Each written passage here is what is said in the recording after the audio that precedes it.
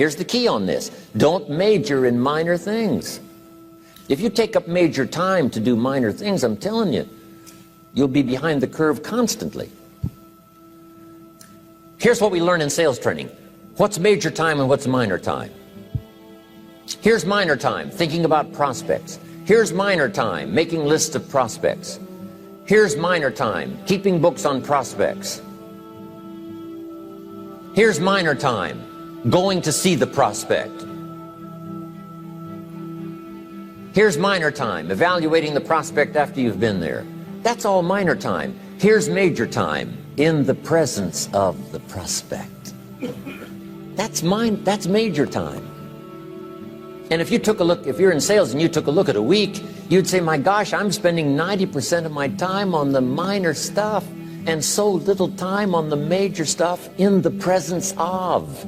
How many hours in the presence of in my day? How many hours in the presence of during my sales week? Because the time that really counts is in the presence of the prospect. Majors and minors. Here's another key time management essential. Don't mistake movement for achievement. It's easy to get faked out by being busy. Guy comes home at night all exhausted, falls in the chair and says, oh, I've been going. Here's the big question. Doing what? It's not the going. Some people are going, and they're doing figure eights. I mean, their progress is small. So don't mistake movement for achievement. Here's another one in sales we learned. Don't mistake courtesy for consent. If somebody's pleasant and they nod, you say, oh, they're going to buy. No, they're courteous. You can't mistake courtesy for consent.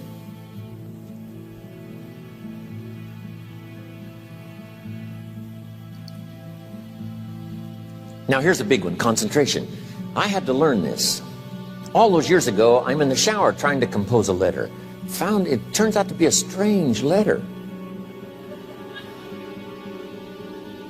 So here's what I learned to do. Save the work till you get to the office. Save the work till you get to the work. Don't try to get to the office on the way to work. On the way to work, enjoy the way. In the shower, enjoy the shower. Then go to work when you get to work. I found this to be helpful. Concentration. Here's another big one. Learn to say no.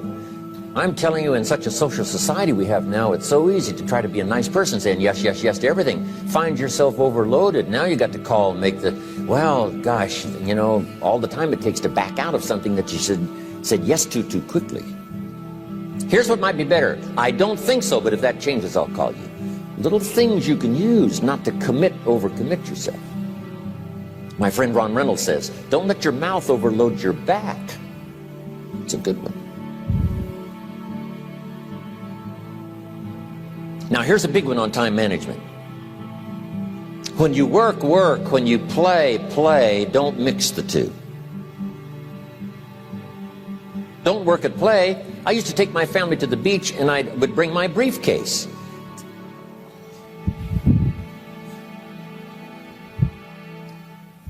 I learned not to do that. Or at the beach, I'm saying I should be at the office. Now my family's upset because I'm at the beach and I'm thinking office. Now when I'm at the office, I'm thinking what? I got to get my family to the beach. So things are not going too well at the office because I'm thinking beach, and things are not going too well at the beach because I'm thinking office. Here's what I learned to do. At the beach, be at the beach. At the office, be at the office. When you work. When you play. Don't mix the two. Don't work at play. Now here's one of the most important ones. Don't play at work. Work is too serious. You don't want the reputation of being the office joker. It's not a good one. Yes, there's time for some pleasant stories. Yes, there's time for a little humor. Yes, best if it's a happy office, of course. But I'm telling you, you got to be serious about work because you're parting with a piece of your life for the work you do.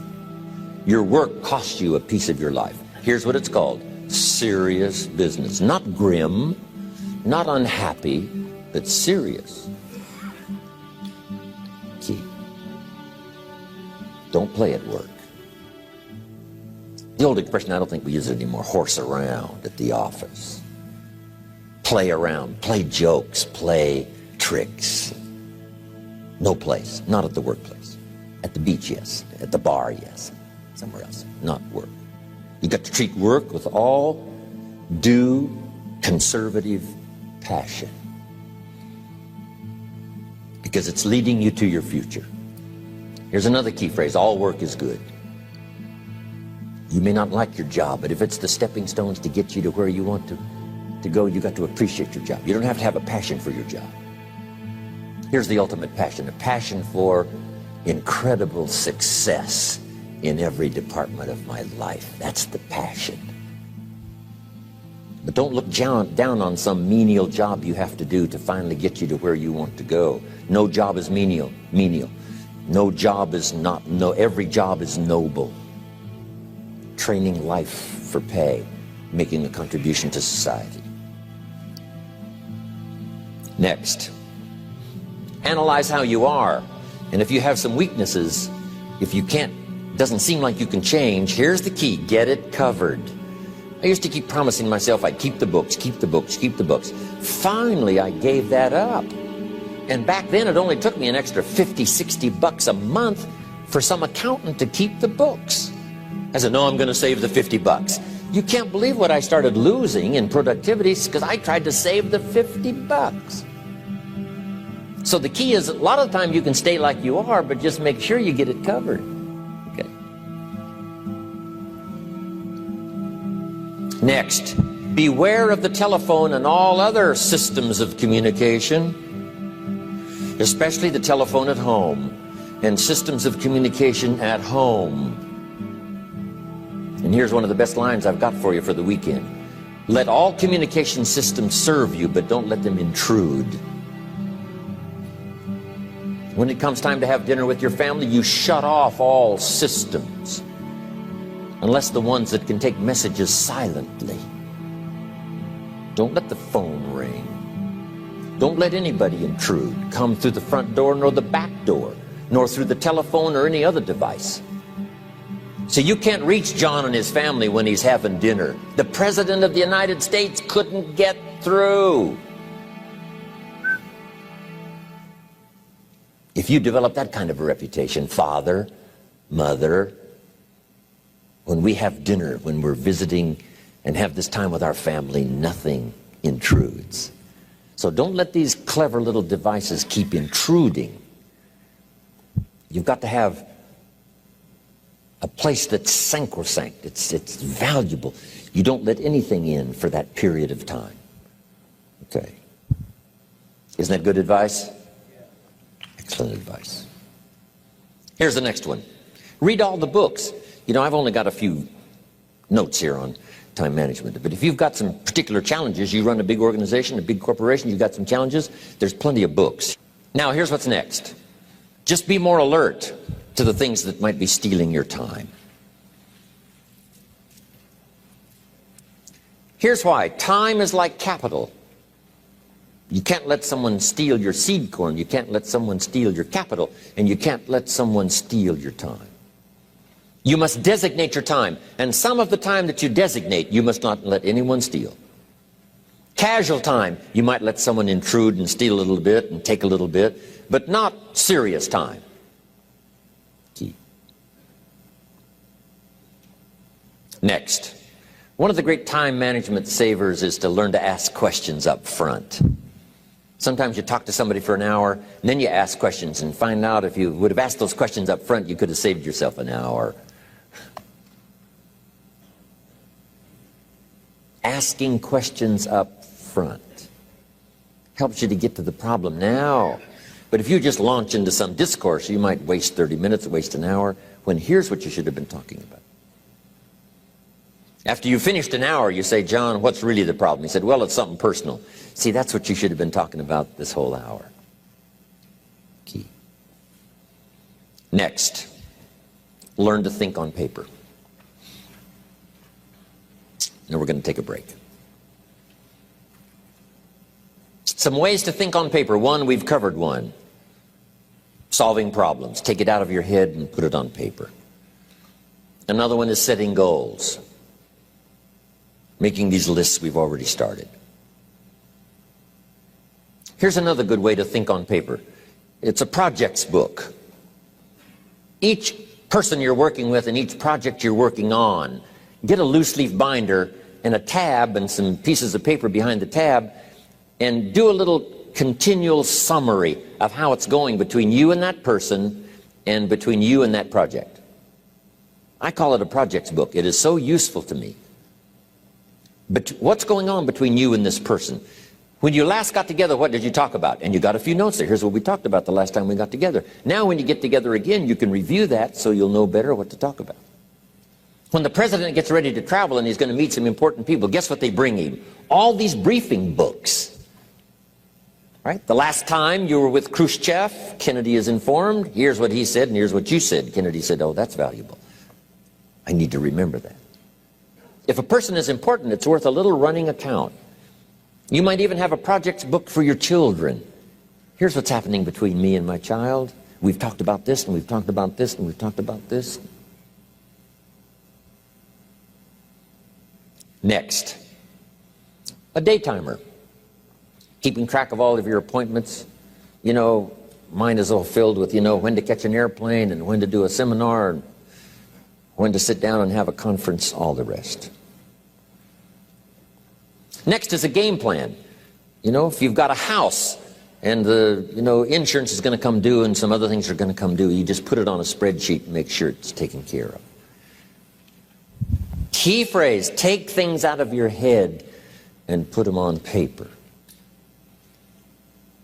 And the key is to just experiment with different ways that helps you to do that.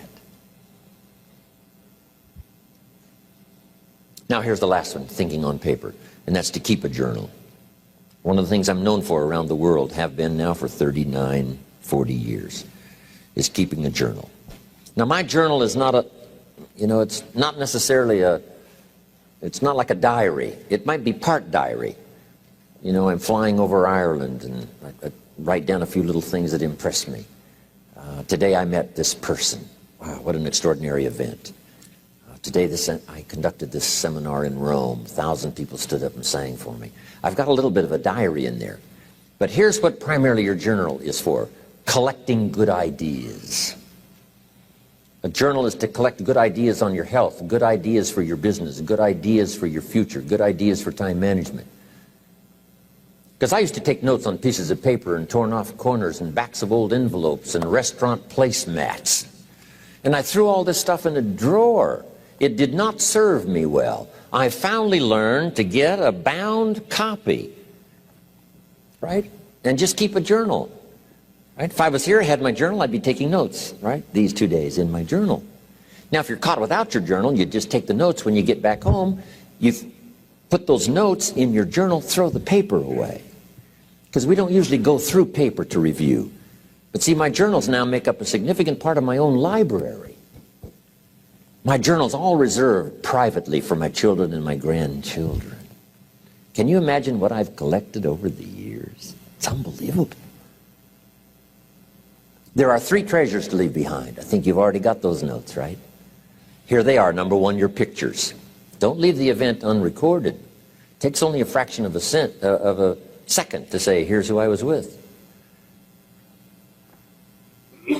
When I travel the world, right? We take all these pictures, and here's one of the gifts. People send me the pictures they took of me and them. It's part of the treasures I have on the farm. Incredible. A picture's worth 1,000 words to describe the scene, the emotion, what happened. Say, wow, this was an extraordinary day for me when I met these people. Here's what they told me happened to them when they went to my seminar 10 years ago. Wow, the drama comes back if you've taken the pictures. It's one of the treasures to leave behind when you go. Remember the old photographs that we have now of, 100 years ago, 70, 80 years ago, just a few photographs? What would it be like if you had thousands of photographs of the past, of your history, your mother, your father, right? Grandparents? So change all of that now for your children. Leave all your photographs as a record. Here's what's next to leave behind, and that's your library. The books that changed your life, the books that changed your health, the books that rescued you from oblivion, the books that you passed on to other people, they were so exciting for you, the books that made you financially independent, the books that developed your leadership, the books that gave you wisdom to ponder when things were tough, the books that got you through the winter, the books that helped you to plant in the spring and harvest in the fall. What a treasure to leave behind. If you do that, here's what's for sure. Your books will be more valuable than your furniture.